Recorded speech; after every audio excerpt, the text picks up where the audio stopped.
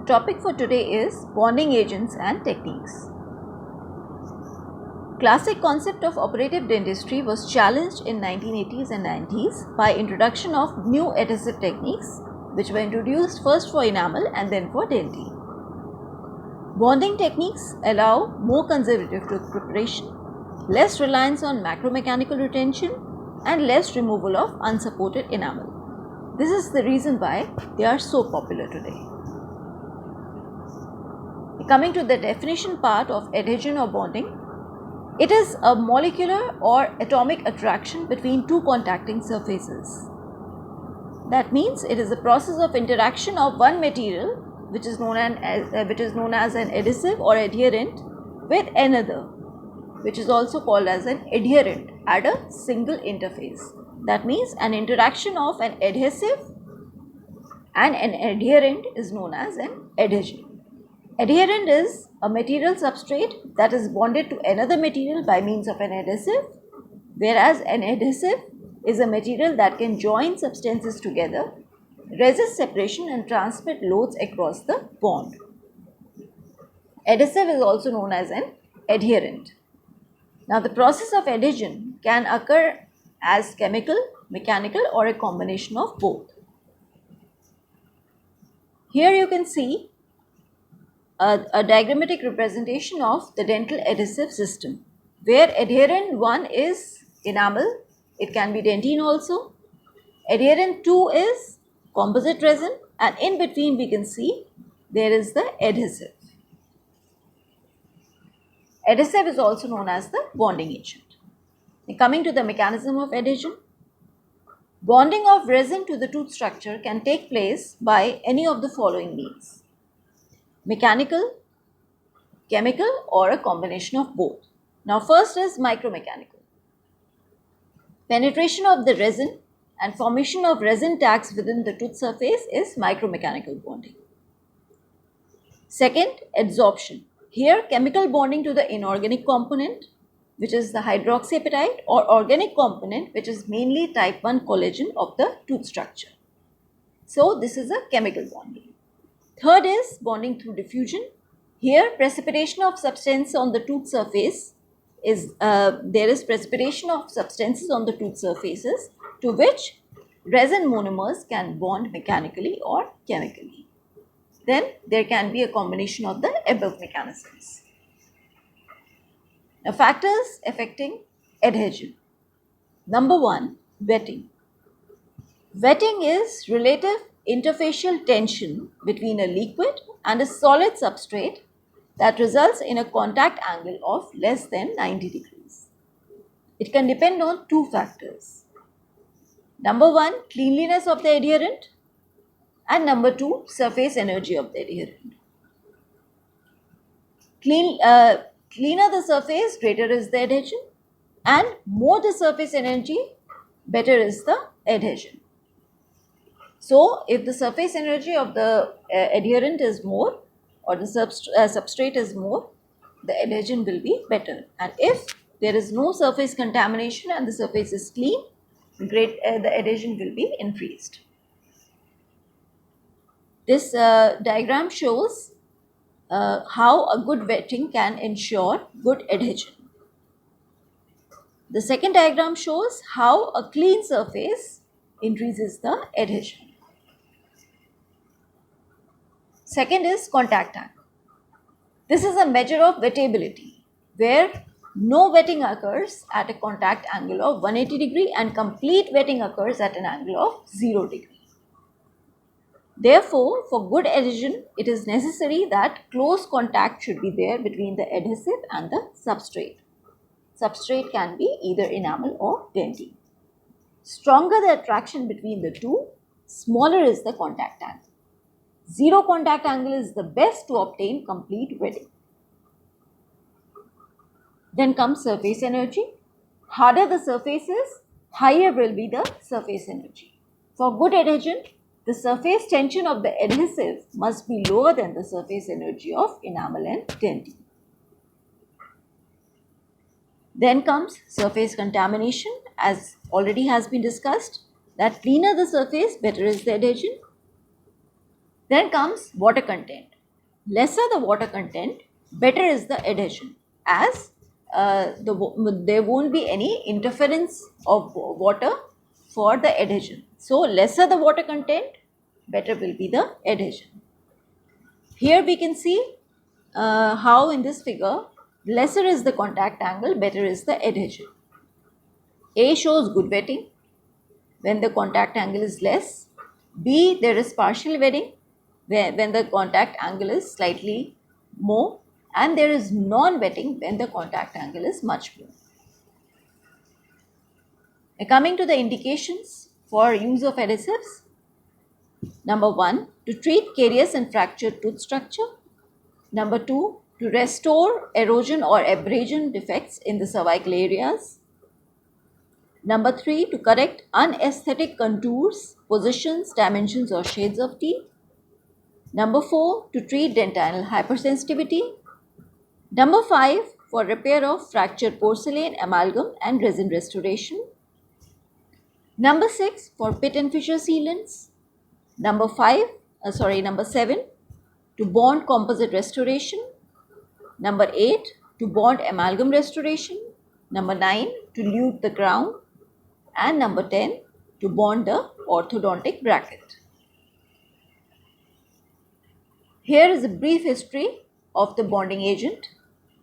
In 1955, Bunocore applied acid to tooth to make it more receptive to adhesion. And in 1956, first commercially available bonding agent was introduced.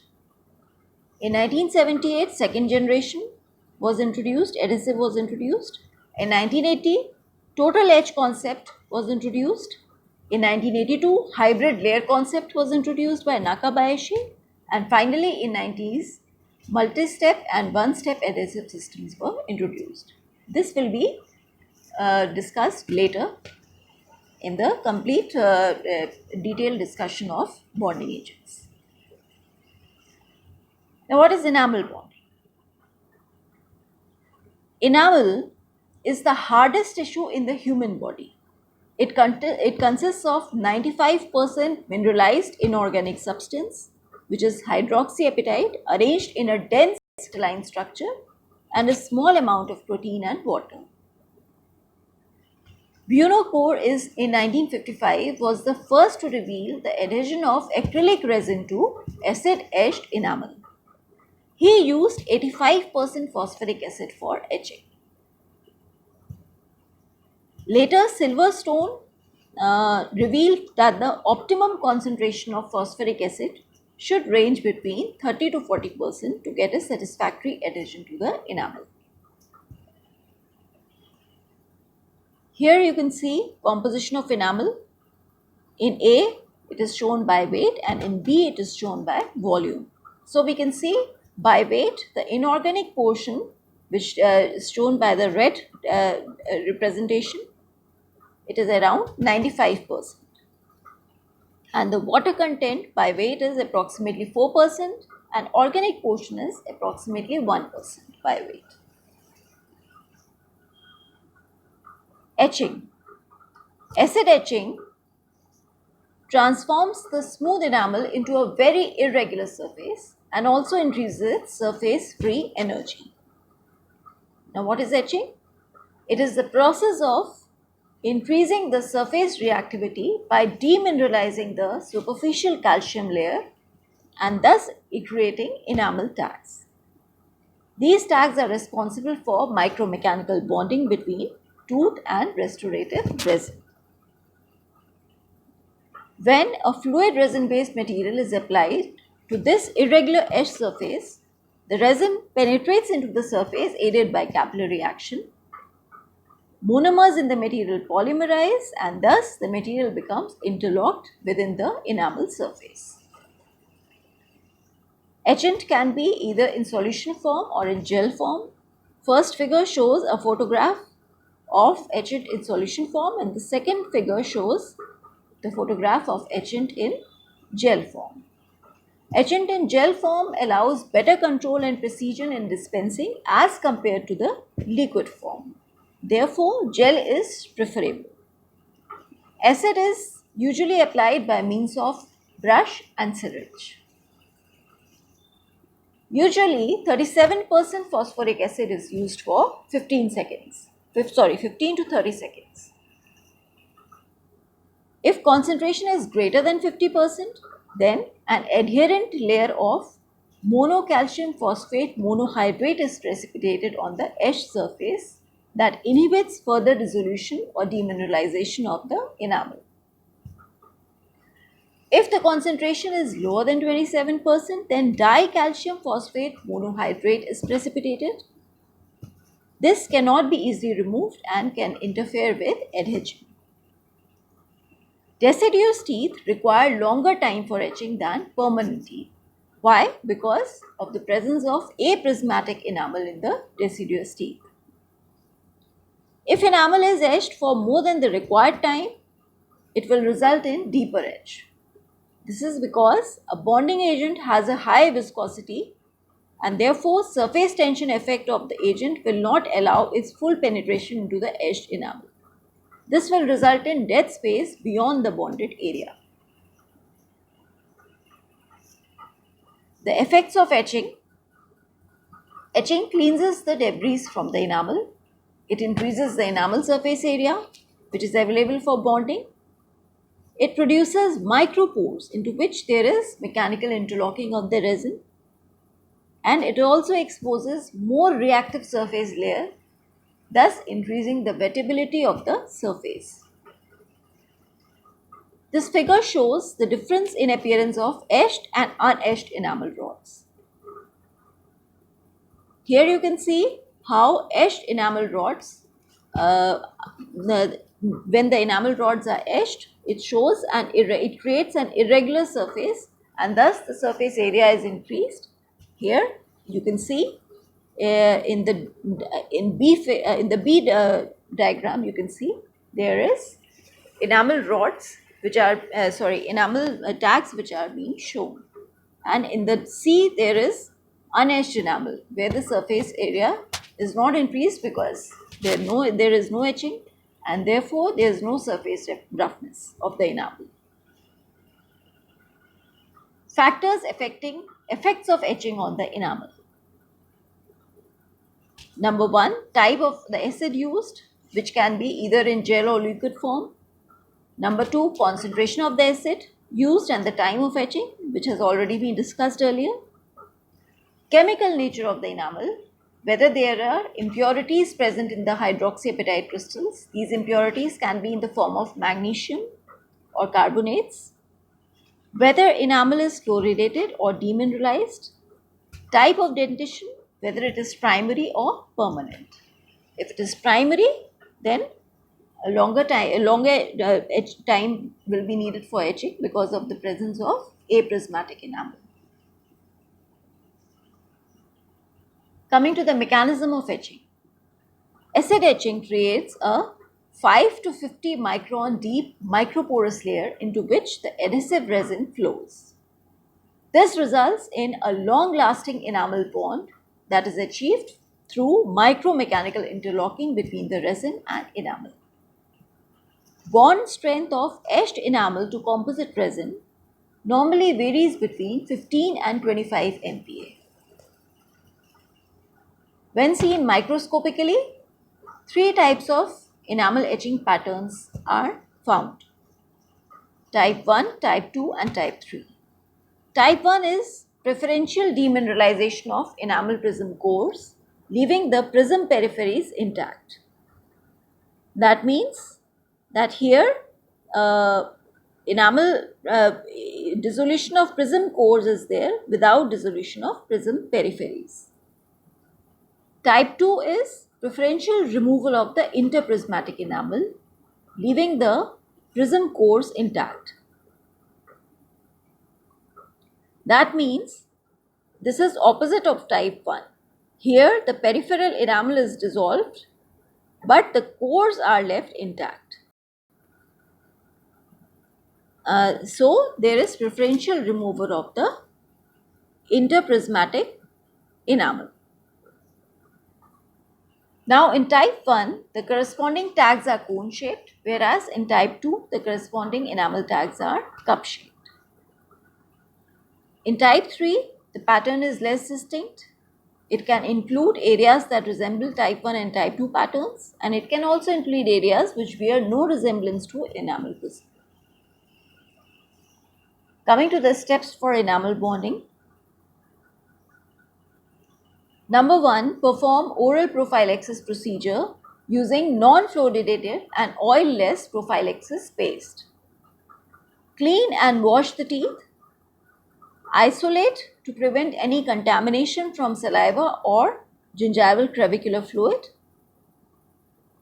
After that, apply acid etchant in the form of liquid or gel for 10 to 15 seconds. Then wash the etchant continuously for 10 to 15 seconds. After that, note the appearance of a properly etched surface. It should give a frosty white appearance on drying. If any sort of contamination occurs, then this process has to be repeated. So, frosty white appearance is the main thing that shows that the enamel has been etched. Now, after that, apply the bonding agent and low viscosity monomers over the etched enamel surface. Generally, enamel bonding agents contain bis-GMA or UDMA. Bis-GMA is bisphenol glycidyl methacrylate. UDMA is urethane dimethacrylate along with TEGDMA, which is triethylene glycol dimethacrylate, added to lower the viscosity of the bonding agent. So, triethylene glycol dimethacrylate has been added to lower the viscosity of the bonding agent. The bonding agents, due to their low viscosity, rapidly wet and penetrate the clean, dried, etched enamel into the microspaces, forming resin tags. The resin tags which form between enamel prisms are known as macro tags. The finer network of numerous small tags which are formed across the end of each rod where individual hydroxyapatite crystals were dissolved are known as micro tags. These micro tags are more important due to their larger number and greater surface area of contact. The formation of these resin micro tags and macro tags within the enamel surface constitute the fundamental mechanism of enamel resin adhesion. Here you can see how there is formation of micro tags and macro tags within the enamel when bonding agent is applied to the etched surface. Coming to the dentine bonding. Bonding to dentine is more difficult and less reliable than enamel. This is because of morphologic, histologic and compositional differences between the two. Why? Because in enamel it is about 90% inorganic hydroxyapatite by volume, whereas in dentine it is 50%. Also, dentine contains more water than enamel. These hydroxyapatite crystals have a regular pattern in enamel, but in dentine, these hydroxyapatite crystals are randomly arranged in an organic matrix. The presence of smear layer makes wetting of the dentine by the adhesive more difficult. Dentine also contains dentinal tubules which contain vital processes of the pulp, odontoblasts. This makes the dentine a sensitive structure.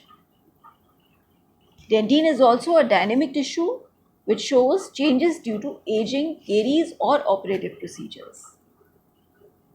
The fluid present inside the dentinal tubules constantly flows outwards. This reduces the adhesion of the composite resin.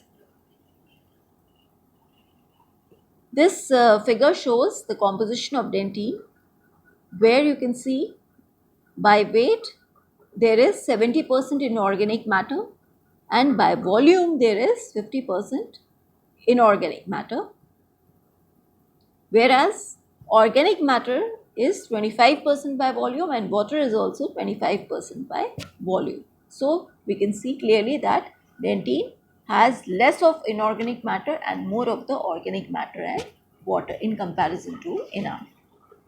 So, here the first part of dentine bonding bonding to enamel and dentine finishes. Now in the second part, we will be discussing with the dentine and enamel bonding agents in we'll be discussing in detail about the dentine bonding agents. Enamel bonding has been finished in this part. Thank you.